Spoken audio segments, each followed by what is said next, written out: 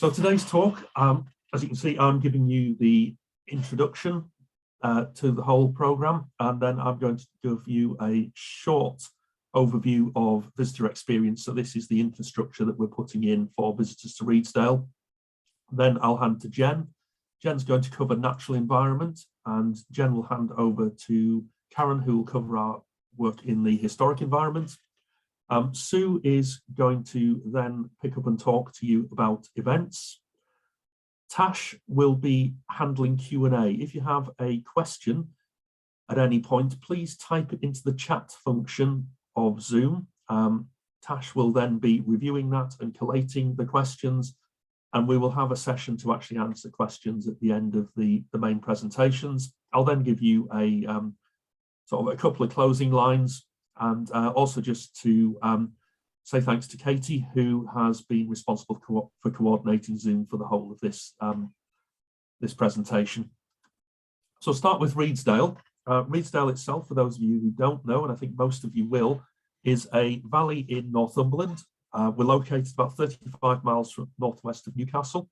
The valley's about 347 square kilometres. There's no towns, there's large villages and hamlets and isolated farms and buildings, and those are home to about 3,000 to 3,500 people.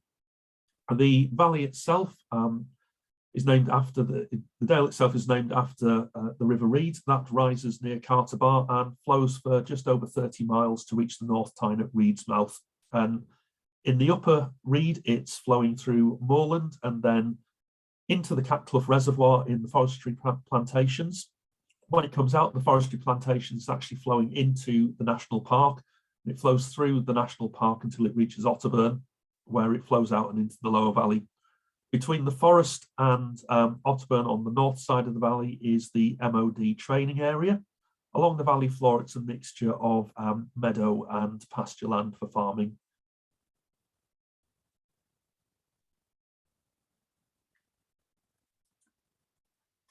Revitalising Redesdale itself, we are a lottery heritage fund programme of works. We work across 12 themes, which broadly fall into the natural environment, the historic environment, community and culture, visitor experience. And we received £2.8 million worth of funding. That was awarded in late 2017, started work in January 2018 and finished work in September 2022. We have a project team who are run through on the first slide, so the whole project team is here today, and we are employed by either Natural England, Northumberland National Park, Northumberland Wildlife Trust. The bulk of the funding, as I said, comes from a grant from the Heritage Fund. That's 60% of the 2.8 million. The rest of the funding and also in-kind contributions and support of people's time comes from our partnership.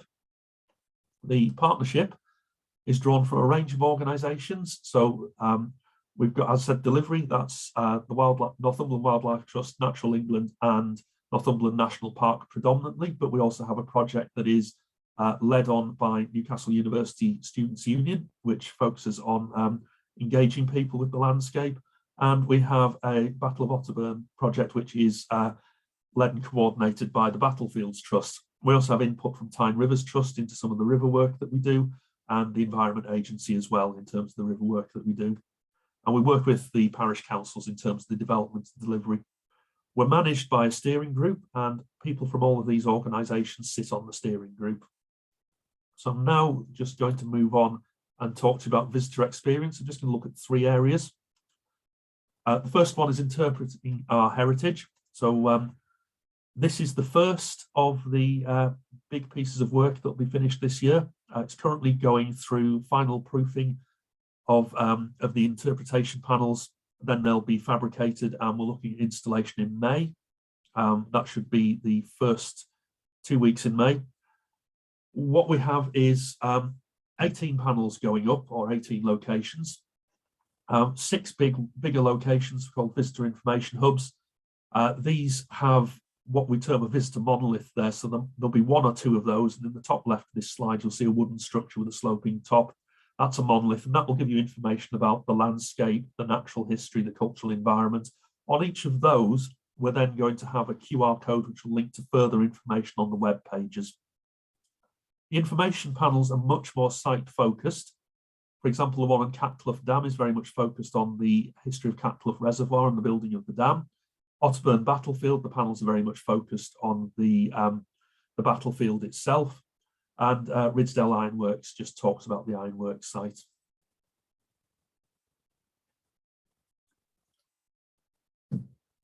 We don't just have interpretation going in on some sites. So on Whiteley Nature Reserve, as you access it from Carter Bar, we're doing work to improve access to the reserve itself. We've already put in a wooden boardwalk, which reduces the trampling pressure on the sensitive peat habitat, so people can walk from Carter Bar on the boardwalk to reach an existing track. That will protect that habitat, and then the track itself we're looking to resurface with an aggregate dressing, which will just make it slightly more accessible. That will take you out to a goat sculpture and a viewpoint over the upper part of Redesdale. The sculpture is of the goat is basically the logo of the project, and we will have a toposcope bench there, so that will be a bench that you can sit on, and on the back of the bench there'll be a panel that explains the view as you look down Redesdale. It's part of encouraging people to sort of stop as they travel through Redesdale and enjoy the landscape. The other thing that I'm going to cover is star cairns. So this is actually much more of a nighttime focused piece of interpretation. Northumberland has some of the best dark skies in the UK, and star cairns are there to actually help people sort of learn more about the stars and the constellations. We're going to have them at 5 locations throughout Redesdale.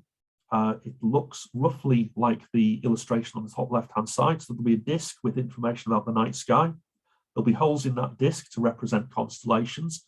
There'll be 2 common constellations on each disc, and that's going to be the pole star and the plough. And then there'll be one site-specific constellation. And the idea is you put a phone or a torch in the slot under the disc. That then actually uplights through the disc, where you can see the pattern of the constellation, and you can relate that to the skies above you.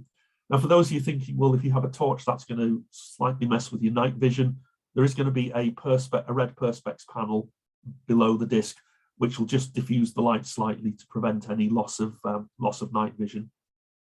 I'm now going to hand over to Jen, who will take you through the natural environment.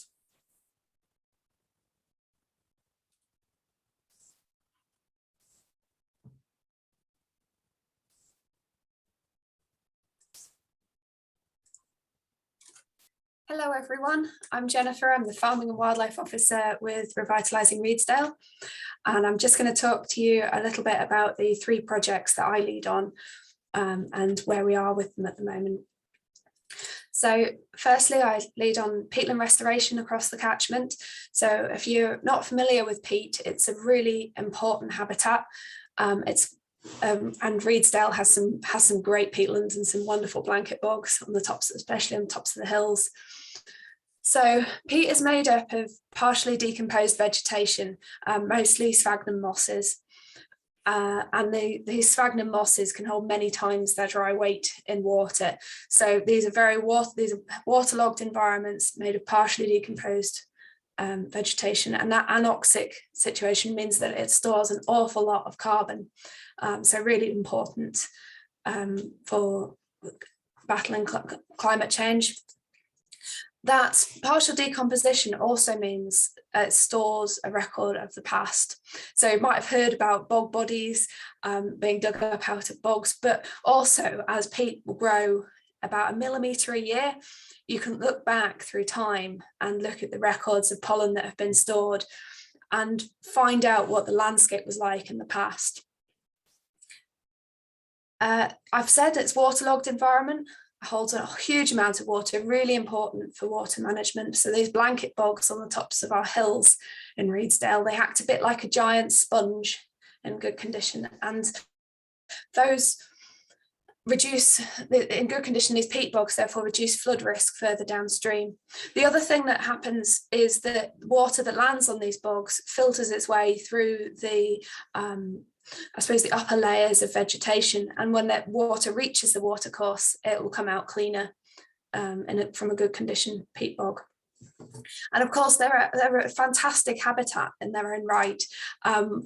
Really important for wildlife, with a whole range of flora and fauna that is really adapted to being on these bogs, from carnivorous plants like sundews and butterworts, and bog specialists such as cranberries and bog asphodel.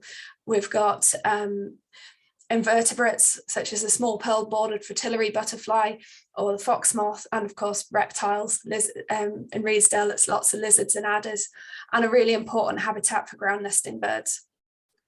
So there's a number of ways that peatlands can be damaged, and in Redesdale most of that degradation of peat has been from either drainage or erosion, or from the self-seeding of Sitka spruce from nearby forestry. So as part of the Revitalising Redesdale project, we have so far repaired over 46 kilometres of drains and erosion channels to try and re-wet that peat and repair that damage. We've also removed self-seeded Sitka spruce from over 170 hectares, and in total our efforts have improved the condition of peatland habitat for over 390 hectares. But we're not done yet. We're in our final peat season at the moment. We have to do a lot of this work when we're outside of the bird nesting season, so we are right in the middle of doing this at the moment, and we are going to be repairing deep erosion channels on Whiteley Moor National Nature Reserve up at the top of the catchment near Carter Bar. And we're also continuing removal of self-seeded Sitka spruce, both on new sites and also going back over the sites that we've been to earlier in the project and sweeping up any that have grown since that we were last there. The next project that I work on it's titled Reflowering Redesdale, but it's really focusing on meadow restoration, species-rich grassland networks for pollinators. Again, it's another really important habitat that we have in Redesdale. As Plant Life says, 97% of wildflower meadows in Britain have been lost since the 1930s. So, and you think, well, is that a problem? Well, nearly 1,400 species of pollinators and other insects rely on meadow plants for their survival. So these are a really crucial habitat for our pollinators, such as this bumblebee here, which is a real specialist of wildflower meadows. It's a moss carder. It's nationally scarce, but it is found in Redesdale, and it's associated with large areas of wildflower meadows. So one of the projects I work on is looking to help restore some of the upland meadows. And to do that, we survey and we compare the survey data and say, what would we expect to find in a good condition meadow here? What have we got? And we go, what's missing? Is any of this missing for a good reason? You know, it's a wetland specialist and this meadow is quite dry, for example. And I take that list and go, right, this is what we need to add to try and get this meadow back into better condition. And so far we've done this on 16 meadows, restoring over 46 hectares of species-rich grasslands, enhancing the diversity of wildflowers. And we're not done yet. We're going to be continuing with our survey work to follow up and see how the work we've done has been progressing, as surveys so far are showing that we are succeeding in introducing some of these missing species into the meadows, and we'll be doing a bit more of surveying to find out about that this year, and we're going to be enhancing further meadows. As part of this project, we also have a community volunteer group set up at St Cuthbert's Church, Corsonside. A really beautiful churchyard, has some lovely areas of grassland, and we've been working with local people to keep traditional skills alive and learning how to scythe to manage a couple of areas of the churchyard as wildflower meadows. And the wildflowers are thriving under this management. The group has started expanding into other activities as well. So there's been reptile surveying and there's been bird box building, all sorts of exciting things. The third project I work on is wildlife recording. And this is really important because without recording wildlife helps us expand our knowledge of the wildlife itself and the habitats and where they can be found. And that allows us collectively as a society to help with our decision making, both in conservation and in development. Having a baseline survey of some species to know what we expect to find where also helps us monitor population changes, helps assess the human impact on the environment, and helps us sort of understand the story of things like climate change, watching species. We're seeing a species move north, for example. But fundamentally, recording wildlife helps protect it. It's very hard to look after something if you don't know it's there. So a big bit of the wildlife recording is that it tends to happen where people live. And as Bruce said earlier, it's quite a sparsely populated valley. So a big chunk of my project is encouraging people to learn about and record the wildlife, bringing in experts to do that recording and find these and get these records. For highlight is a little moth. I thought, I'll just photograph that. That's a lovely little orange moth. And I looked it up and found out what it was. Turns out it's a female clouded buff. And it was only the 28th record for the whole of Northumberland. So there are some really special things around. It's just a case of keeping your eyes open. And we've got more to come. So there will be more events and more training opportunities. And the best way to find out about these is to keep an eye on, I'll be putting some links into the chat here in case this is something of interest, is to register with one of our partners as a volunteer. So most of the work I do is with Northumberland Wildlife Trust volunteers, but there is also practical conservation work opportunities available through the Northumberland National Park Authority and through Tyne Rivers Trust. You can get involved with the Coulsonside Churchyard volunteers, have a go at scything, learn how to make and bale hay, and whatever other way you saw it. And you can enter your wildlife sighting to ERIC Northeast, which is the Environmental Records Information Centre Northeast, and that allows your wildlife sighting to be of use in helping wildlife conservation.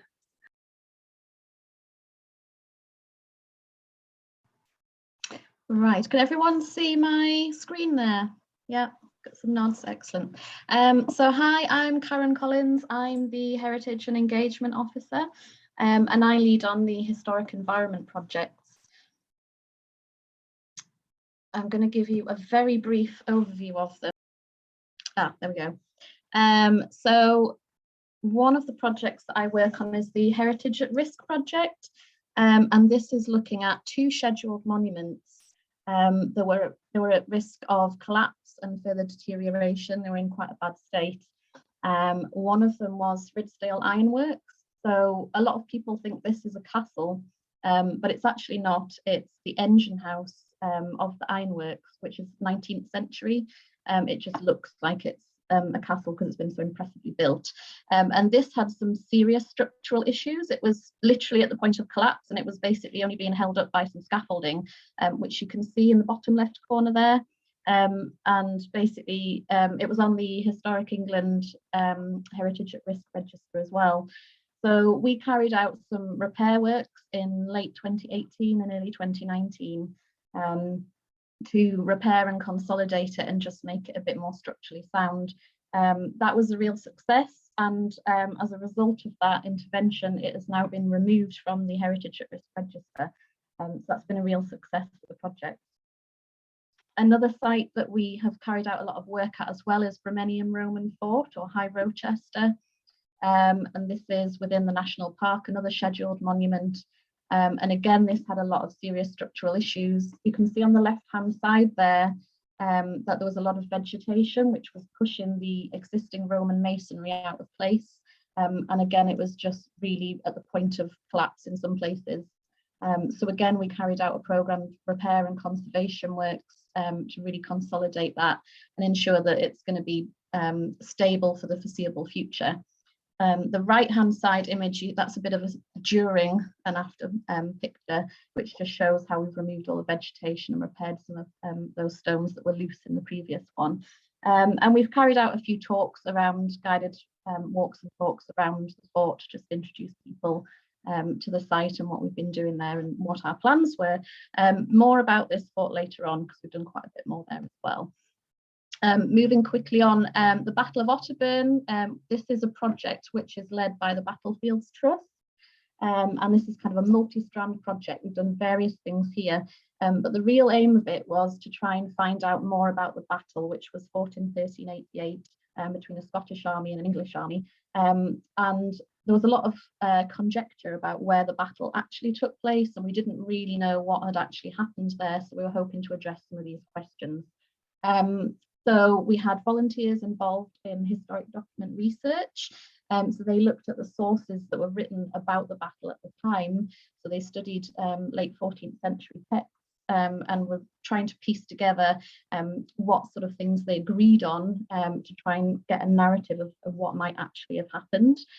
We worked with a landscape archaeologist who then looked at what the landscape would have been like at the time of the battle as well. And then we had a battlefield archaeologist, these who sort of pulled together all the strands. And from looking at these, we could get a better idea of where we think the battle happened and what might actually have taken place as well. So from that, we were then able to carry out some archaeological fieldwork to try and find physical evidence of the battle. And that took place last summer, involved a lot of community volunteers who'd never done, some of who have never done any archaeology before. So they had to go doing things like geophysical survey here, doing some trial trenching and test pitting to see if we could find the medieval road. We did metal detecting and finds recording. I have to be honest here and say we didn't really find much of the evidence we were looking for, but it did provide a fantastic opportunity for volunteers to gain lots of new experience, and it was, you know, basically a series of training workshops in essence, which had fantastic engagement from people. We did find one object which may be related to the battle, but we can't say that with any certainty. This lovely belt buckle here, which annoyingly is quite, it could date anywhere between 1350 and 1650, but it could be from the battle, but equally it might not be. So that was about the best we managed to find with that, but it was good fun having a look. And then as well as that, we are renovating the visitor area at Percy Cross. So we have put new paths up and around the monument here. We've got new car parking bays, new picnic benches, and we're in the process of developing new interpretation, which is going to go in the spring, which Bruce mentioned earlier. So moving on to the Lost Redesdale Community Archaeology Project. Again, this is a multi-strand project, lots of different individual projects within this. That is involved doing archaeological surveys and excavations, but also doing armchair archaeology, so things like a LiDAR survey and online research, and again, providing lots of training opportunities for volunteers. So one of the big flagship projects we did was the LiDAR Landscapes project. So LiDAR, or light radar, or light detecting and ranging, is the technology which involves an aircraft flying over and firing laser down to the ground, which comes back up the plane. And it gives you this really detailed picture of the ground surface. So this isn't an aerial photo, it's a LiDAR image. And what we did was we trained volunteers in how to interpret this and how to recognise archaeological sites looking at this. And it's a really useful tool for doing that. We surveyed 333 square kilometres of LiDAR data that we had for Redesdale. And from that, we found, well, we generated 1,350 new records, which is a phenomenal achievement, really. And 80% of those were completely new sites that no one knew about before. So really amazing stuff that the volunteers did there. So from the archaeological surveys we've done, we've been able to generate new accurate site plans and site maps. This is from Ratton Raw, which is an Iron Age enclosed settlement, and this was drawn by volunteers from a survey. We then did an excavation there as well, which was tremendously well attended. We had people of all ages, from sort of 5 to 85 taking part in this. And we found some really interesting things, including over 110 glass beads and various pottery. And And this, we got some secure radiocarbon dates from this as well, which shows this is definitely a later Iron Age and Roman period settlement. We've also been working closely with the Ministry of Defence on the Operation Nightingale project. So this is working with veterans and wounded, injured and sick veterans and serving military personnel. And that engages them in archaeology as a means of therapy, basically. So we actually worked with them and we went out and looked at various sites that were, some of which were identified as part of the LiDAR Landscapes project. And it involved local and community volunteers working together with the Operation Nightingale participants, with the older ones, the more experienced ones passing on their knowledge to some sort of less experienced participants. So again, a really nice community and training opportunity, as well as therapy through archaeology. High Rochester, I briefly alluded to this before. We did a nice big dig there this last summer. And again, this was looking at a site identified as part of the LiDAR project, which is a possible civilian settlement attached to the fort, and also the annex to the fort, which was believed to be there. And we were able to identify these ramparts of the annex to the fort, which had not been uncovered before. And we also found this huge lime kiln structure, which no one knew about. We didn't know it was there before.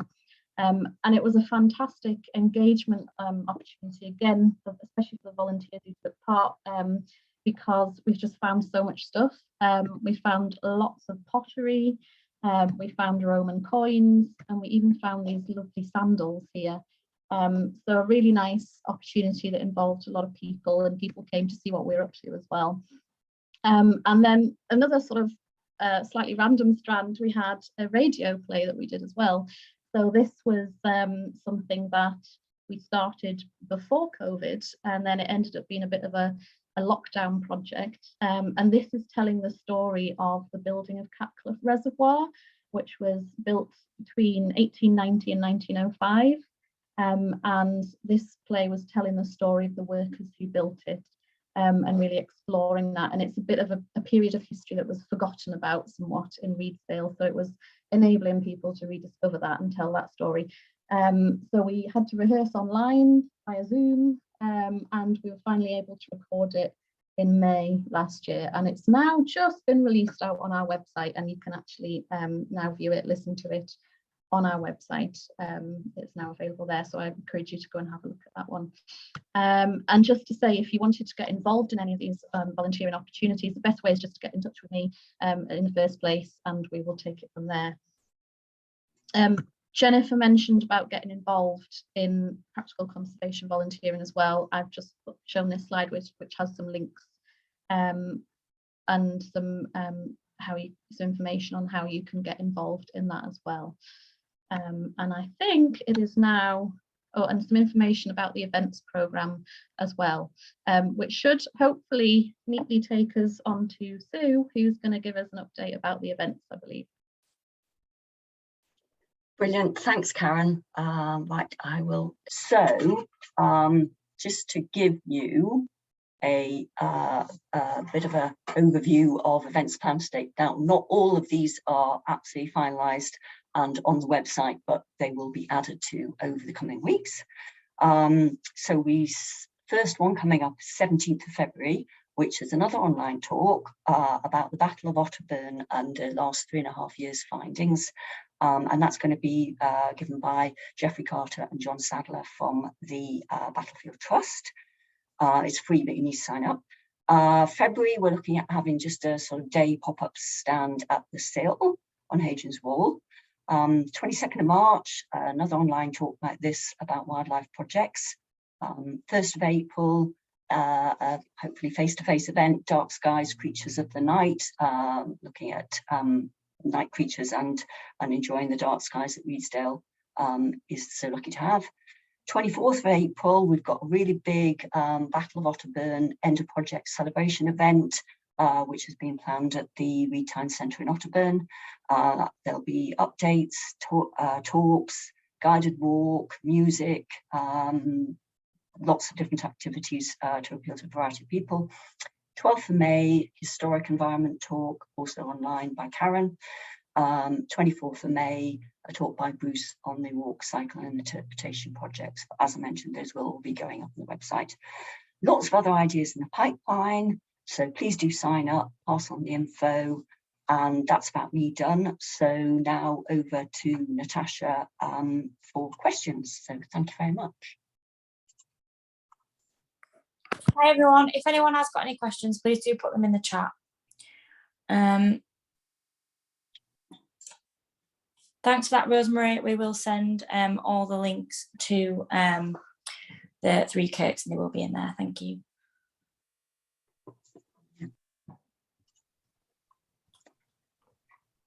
Does anyone have any further questions? I've just seen a message from Kerry Shaw just to say she manages the volunteer and community engagement for Hadrian's Wall community project. So yeah, it'd be great. We'll have a chat. That'd be great. We've got a question from Liz just to ask whether it'll be recorded and whether it'll be made available online. But yes, the plan is to put that online within the next few days or whatever, as soon as I've sorted that out. So that will be available. And I've seen come in, how will the peat be maintained after the project ends? So a lot of the stuff where we're repairing drains and re-wetting the peat, once the drains are repaired, the best way to keep it maintained is to not put any more in, and we're asking the landowners to sign agreements to say that they will be maintaining that work for 10 years.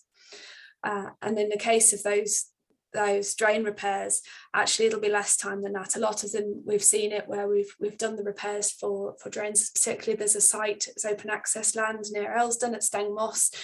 We did the